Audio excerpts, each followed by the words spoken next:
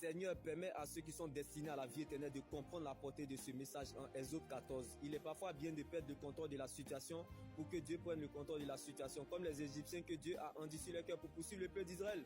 Ces mêmes Égyptiens pouvaient nous le dire. Dis donc, prenons fuite devant Israël, car l'Éternel combat pour lui contre nous. Parce que le peuple d'Israël a pris à se taire pour que Dieu parle à sa place. Donc le silence de Dieu attire le silence de l'homme.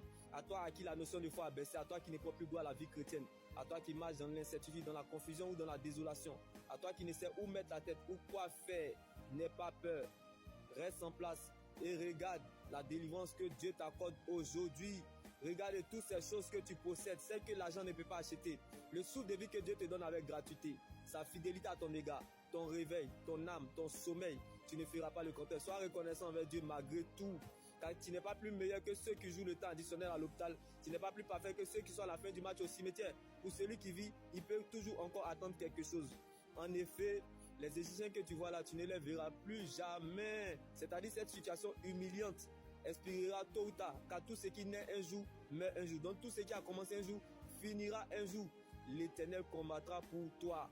Quant à toi, garde le silence, car la mort est le meilleur conseil que je connaisse. Le piège à éviter de penser que vous devez perdre quelque chose sur la terre. Vous n'avez rien apporté, alors vous ne pouvez rien apporter. Vous êtes venu nu, vous retournerez nu.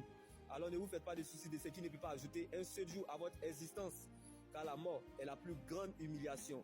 Donc tu n'es pas en train d'écrire la dernière page de ta vie. C'est juste une période de la vie et non la fin de ta vie. Donc que la joie du Seigneur soit ta force et ton partage. Que Dieu prenne la forme de ce qui te manque. Quelle que soit ta position, sois consolé depuis ta position dans le nom de Jésus-Christ.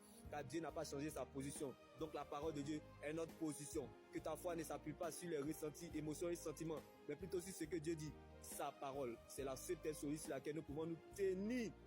Elle finit toujours par remettre chacun dans le couloir de sa destinée. Parfois, nous n'avons aucune idée de l'endroit où la parole de Dieu nous mène. Mais nous la laissons faire. Probablement, elle connaît la route mieux que nous.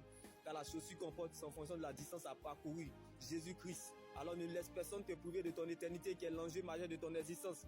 Reste focalisé sur le Seigneur Jésus-Christ seul. Car la preuve, la valeur et la raison de ton existence, c'est ton salut en Jésus-Christ. La destinée n'est pas la destination. Donc ta réalité n'est pas la finalité.